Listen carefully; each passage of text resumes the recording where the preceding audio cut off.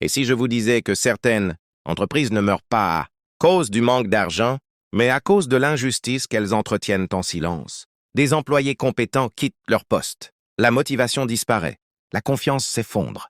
Et pourtant, beaucoup de dirigeants continuent d'ignorer ce poison invisible.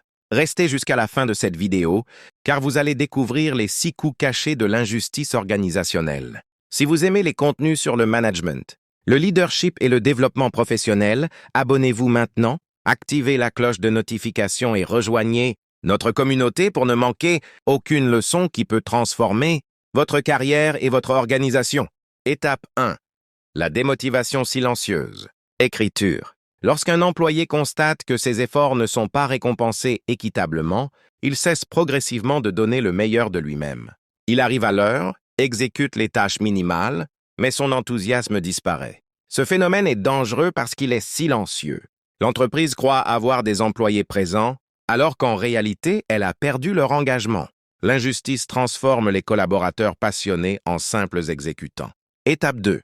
La baisse de la productivité. Écriture. Quand les règles ne sont pas les mêmes pour tous, pourquoi certains continueraient-ils à fournir davantage d'efforts? Le favoritisme, les promotions injustifiées ou les différences de traitement créent un sentiment d'inutilité. Les employés réduisent inconsciemment leur rendement.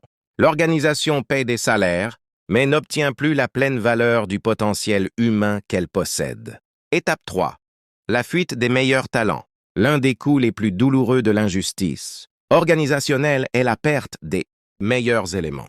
Contrairement à ce que beaucoup imaginent, les employés les plus compétents ne quittent pas uniquement une entreprise pour un meilleur salaire. Très souvent, ils partent parce qu'ils ne se sentent ni respectés, ni reconnus, ni traités avec équité. Lorsqu'un collaborateur travaille avec sérieux, fait preuve d'initiative, apporte des solutions et s'investit pleinement, il s'attend naturellement à ce que ses efforts soient appréciés à leur juste valeur. Mais lorsque les promotions sont accordées sur la base du favoritisme, des relations personnelles ou de critères flous, un sentiment profond d'injustice s'installe. Au début, ces employés essaient de comprendre. Ils se disent peut-être qu'il s'agit d'une erreur ou d'une situation exceptionnelle. Ils continuent à donner le meilleur d'eux-mêmes, espérant que les choses changeront. Cependant, lorsque l'injustice devient une habitude, leur motivation commence à s'effriter. Ils cessent progressivement de proposer des idées innovantes. Ils participent moins au projet. Ils prennent moins d'initiatives. Puis, discrètement, ils commencent à chercher ailleurs un environnement plus sain, où le mérite est reconnu et où chacun bénéficie des mêmes opportunités. Et lorsqu'ils quittent l'organisation, ils ne partent jamais les mains vides. Ils emportent avec eux des années d'expérience, une connaissance approfondie des processus, des relations professionnelles solides, des compétences rares et une capacité précieuse à résoudre les problèmes. Ils emportent également leur créativité, leur esprit d'innovation et leur leadership. Le départ d'un seul talent peut parfois désorganiser tout un service. Les collègues restants doivent absorber une charge de travail supplémentaire. Les projets prennent du retard. La qualité du travail diminue et la satisfaction des clients peut être affectée. Ensuite vient le coût du remplacement.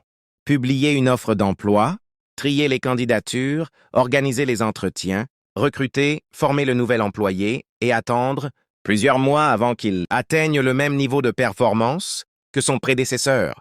Ce coût financier est considérable, mais le coût humain est encore plus élevé. Une organisation qui perd régulièrement ses meilleurs éléments envoie un message inquiétant. Ici, le talent n'est pas récompensé. La véritable mission d'un manager n'est donc pas seulement de recruter des personnes compétentes, mais surtout de créer un environnement où elles auront envie de rester, de grandir et de donner le meilleur d'elles-mêmes. Retenez ceci, les talents ne fuient pas toujours les entreprises difficiles. Ils fuient souvent les entreprises injustes. Étape 4. L'augmentation des conflits. L'injustice organisationnelle ne détruit pas uniquement la motivation, elle détruit également l'harmonie au sein des équipes. Lorsqu'une partie des employés estime que les règles ne s'appliquaient pas à tout le monde, de la même manière, un climat de méfiance s'installe progressivement. Les rumeurs commencent à circuler dans les couloirs. Pourquoi telle personne a-t-elle obtenu cette promotion? Pourquoi certains bénéficient-ils d'avantages particuliers? Pourquoi les erreurs de certains sont-elles pardonnées alors que d'autres sont sévèrement sanctionnées? Ces questions lorsqu'elle reste sans réponse claire, alimente les frustrations. Petit à petit, des clans se forment. Certains employés se rapprochent en des personnes influentes pour obtenir des faveurs. D'autres se sentent exclus et développent un sentiment d'amertume. L'esprit d'équipe disparaît. La collaboration laisse place à la compétition malsaine. Les collègues deviennent méfiants les uns envers les autres. On partage moins les informations importantes. On hésite à aider son prochain. On soupçonne constamment des traitements préférentiels. Le lieu de travail, qui devrait être un espace de coopération et de confiance, se transforme alors en un terrain de tension permanente. Les réunions deviennent conflictuelles. Les malentendus se multiplient. Les désaccords mineurs prennent des proportions démesurées.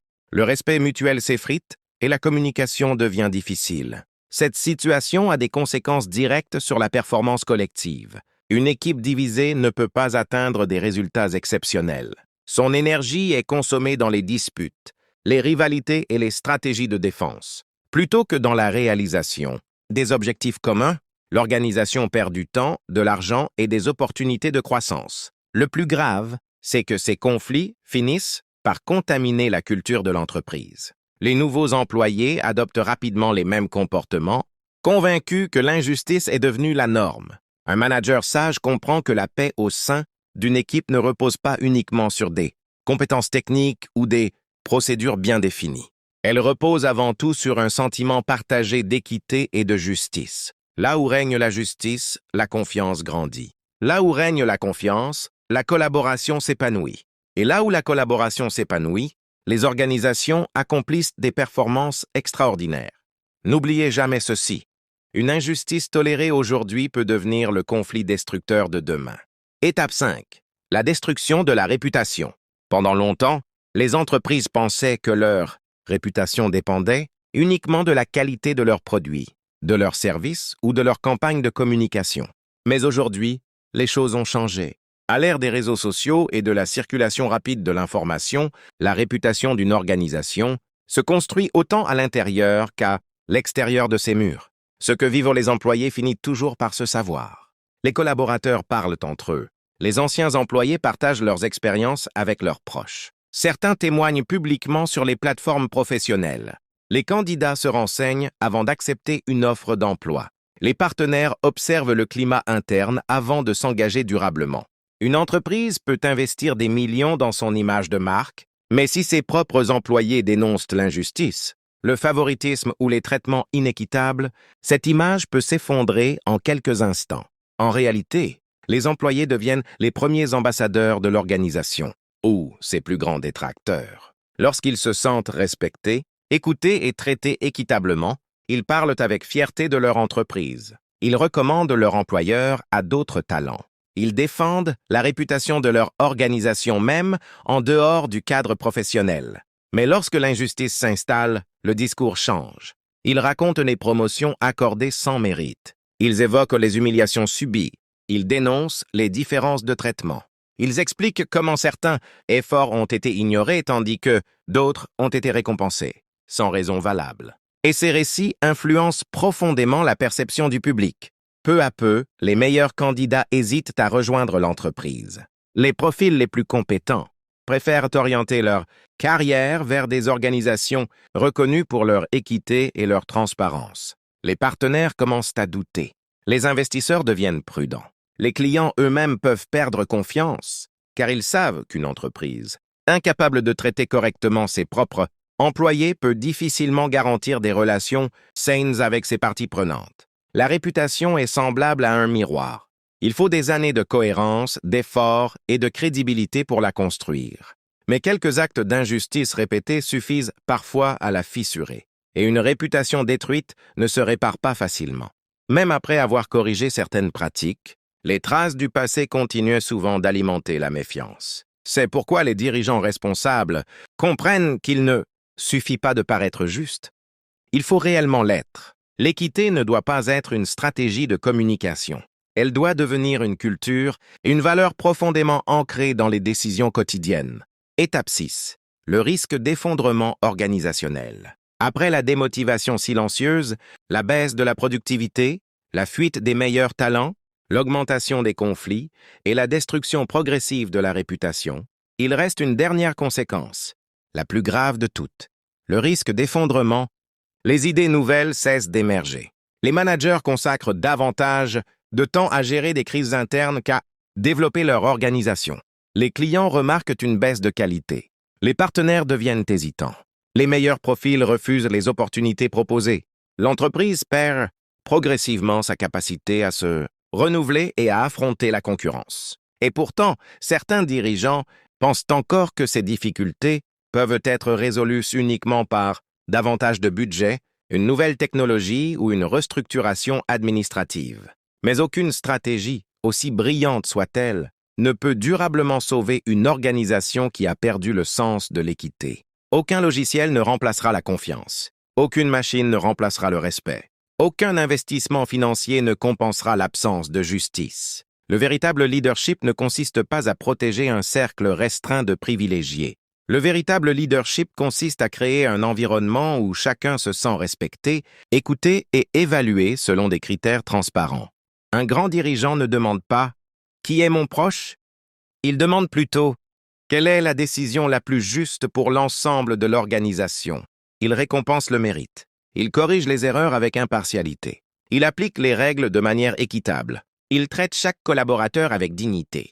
Car la justice organisationnelle n'est pas un luxe réservé aux grandes entreprises. C'est une nécessité pour toute organisation qui souhaite durer. Une institution peut survivre à des périodes difficiles.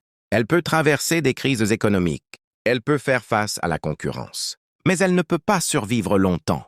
Lorsque ses fondations morales sont détruites, l'équité est le ciment qui maintient ensemble les talents, la confiance, l'engagement et la performance. Sans elle, tout finit par se fissurer. Alors, si cette vidéo vous a interpellé, prenez quelques secondes pour agir.